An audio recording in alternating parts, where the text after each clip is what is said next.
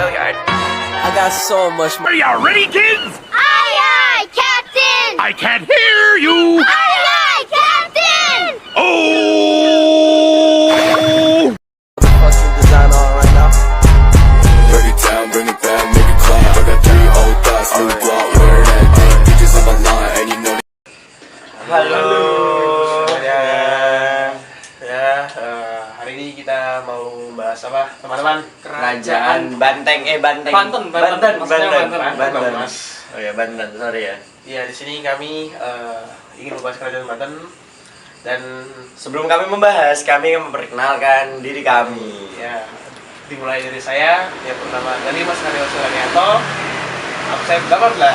Saya Redian Asti Firmansyah, absen 14. Saya Jorgi Kurnia Putra Santosa, absen 21.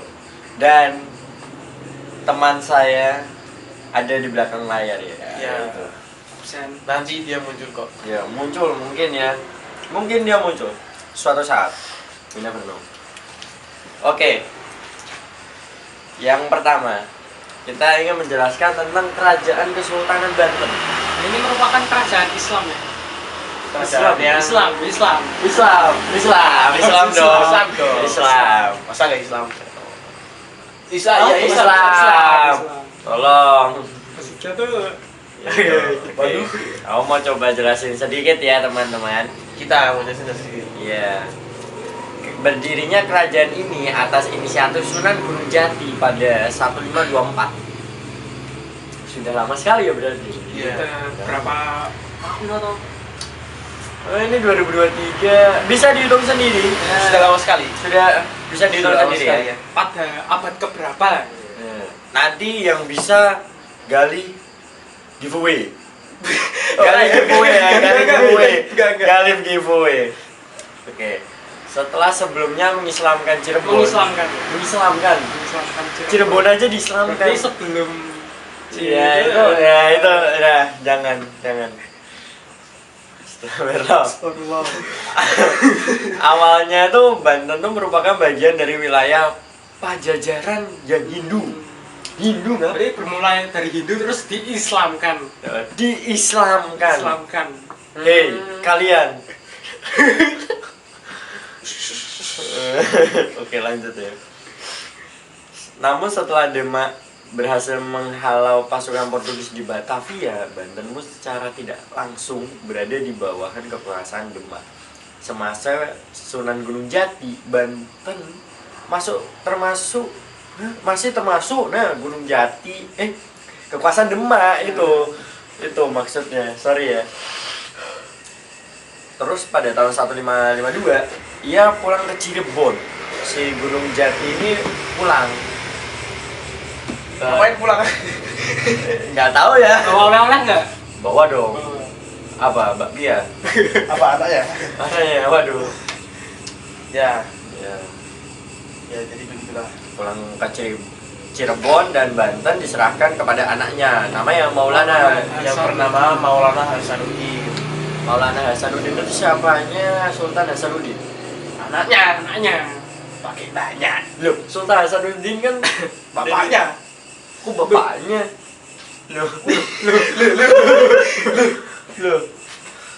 Nah, kesempatan kali ini tuh wah, memang wadaw. Kita tuh akan menjelaskan beberapa poin. Yang pertama itu adalah kehidupan politik. Ini ya, bisa dibaca ya. Nah, ini agak panjang jadi aku akan storytelling. Jangan tidur lu. Jangan bubuk, yang bubuk ya udah. Aku yur bu. Nah, Gali. gali. Oh, Absen bukan saya, 18. Bukan. Saya kok. Oke, kita akan storytelling ya. Mohon simak baik-baik. Nanti ada pertanyaannya. Sultan pertama kerajaan Banten ini adalah Sultan Hasanuddin yang memerintah tahun 1522 sampai 1570. Kalian makanan gak dibuat mainan. Astagfirullah.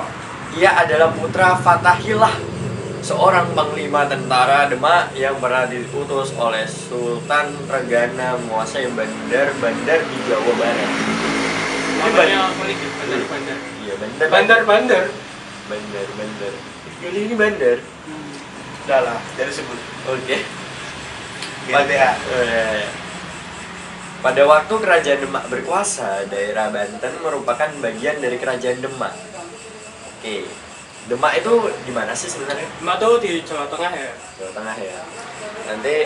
Nanti sebelum itu nanti mapnya, muncul. petanya Kerajaan Banten di sini ya. Tingnya ini. Dan Demak merupakan kerajaan Islam di Jawa pertama kali ya. Tuh pertama loh. Di Jawa. Di Jawa lagi. Kalian nggak mau masuk? Masuk apa? Hah? Maksudnya ke Demak. Oh, itu berkunjung, berwisata ke Ya. Demak. Boleh dilanjutkan Mas Odgi? Oke.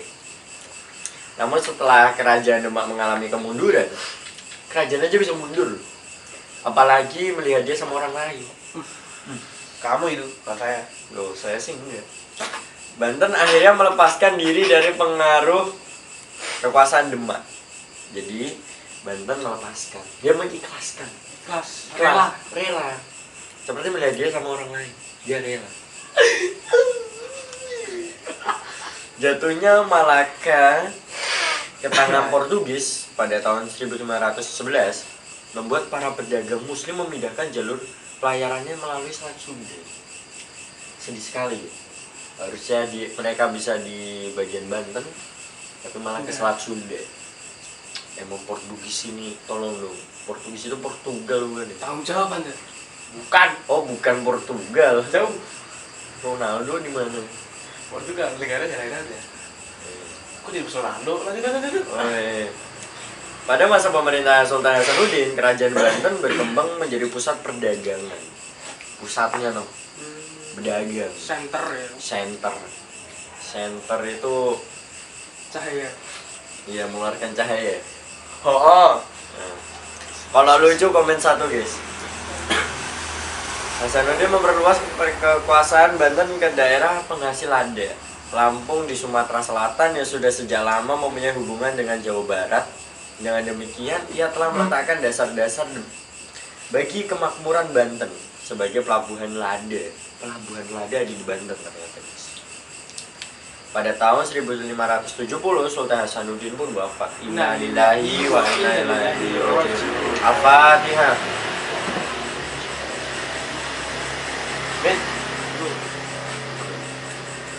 Kuasa Banten pun digantikan oleh Maulana Yusuf. Yusufnya Maulana. Hah? Maulana Yusuf. Putranya Hasanuddin. Sultan Hasanuddin. Dan dia jabatannya terbilang cukup sebentar ya. 70 sampai 80. Satu dekade. Satu dekade. Cuma 10 tahun. Cuma 10 tahun. Yang penting dia raja. Iya, pernah menjabat sebagai raja. Iya. Di Indonesia aja cuma 3 periode. Dua maksudnya. Oh 2. Oh. Masa lebih? Maksimal. Enggak lebih ya? Enggak. Apa bisa dinego? Minum. Minum. Ya, Di bawah kekuasaannya, Kerajaan Banten pada tahun 1579 berhasil menaklukkan dan menguasai kerajaan Pajajaran Hindu. Tuh kuatnya kerajaan Islam aja bisa menaklukkan Hindu Yang membawa agama Iya. pertama kali di Indonesia ya. tuh. Gak mau ikut Yang pertama aja kalah sama ya. tuh, makanya ikut. Tolong ya. Join. Akibatnya penduduk setiap kerajaan Pajajaran menyingkir ke pedalaman, yaitu daerah Banten Selatan. Kata Banten itu ada selatannya. Lu tahu? saya tidak di sana, Mas. Oh, masnya tinggal di Banten Selatan? Iya. bilang, Mas. Enggak, bukan. Tapi emang ada betul selatan. Oh, emang ada? Tahu saya. Mereka dikenal dengan suku Baduy. Oh, Baduy. Oh, wah. Suku Baduy ini di daerah Banten Selatan gitu. Iya. Kemungkinan. Kita belum pernah ke sana, guys. Selanjutnya sih ya. Selanjutnya dari ini apa sih? Selanjutnya apa sih? Kehidupan Wah, sosial budaya. Ini yang kita tunggu pasti. Ayo, Abang kasih. Jelaskan. Banten nih ya diislamkan oleh Fatahillah. tahun Tahun berapa? 1527 Diislamkan. diislamkan. Diislamkan loh guys. Kalau dia nggak mau. Oke. Kehidupan sosial masyarakat secara berangsur-angsur mulai berlandaskan ajaran-ajaran Islam. Ya kan namanya diislamkan. Diislamkan, Nggak ya. mungkin dong kita beri agama lain. Bukan menyinggung, tapi kan tidak masuk akal. Iya.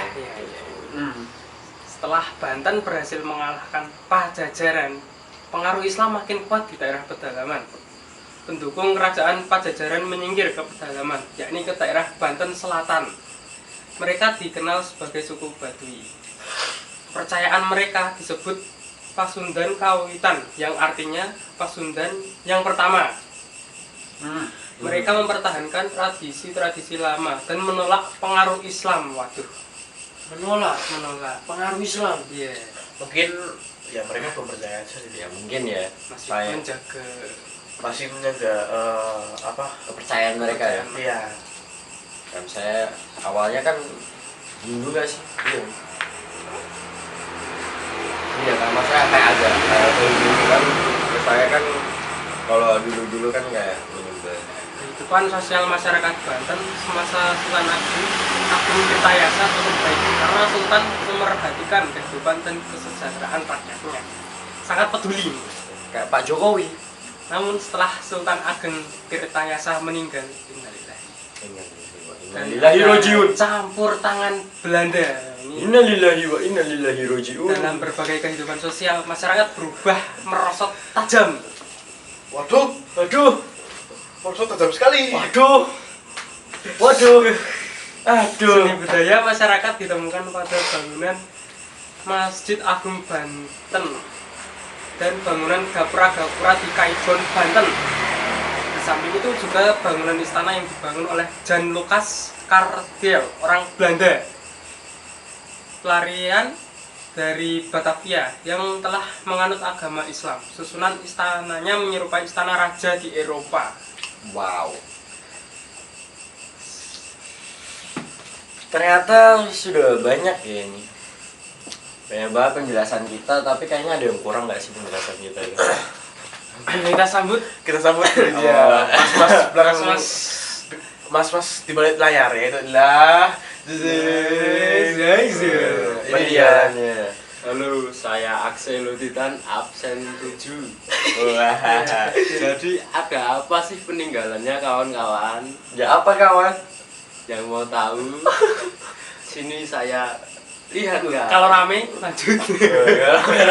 part 2 ya. Part 2. Jangan dong. Jadi peninggalannya adalah ini. Ini.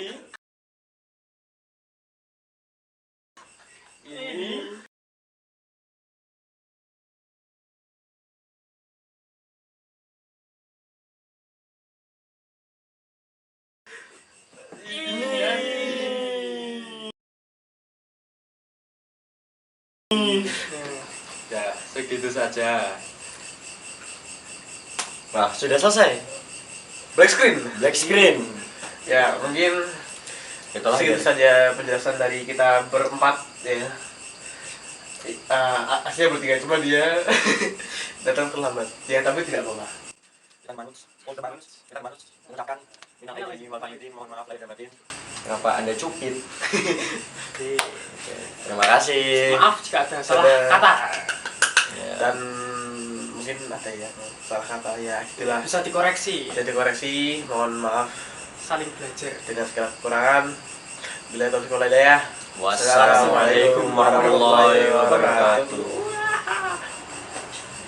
I'm bringing back, make it clap. I got 3 old thoughts, new block.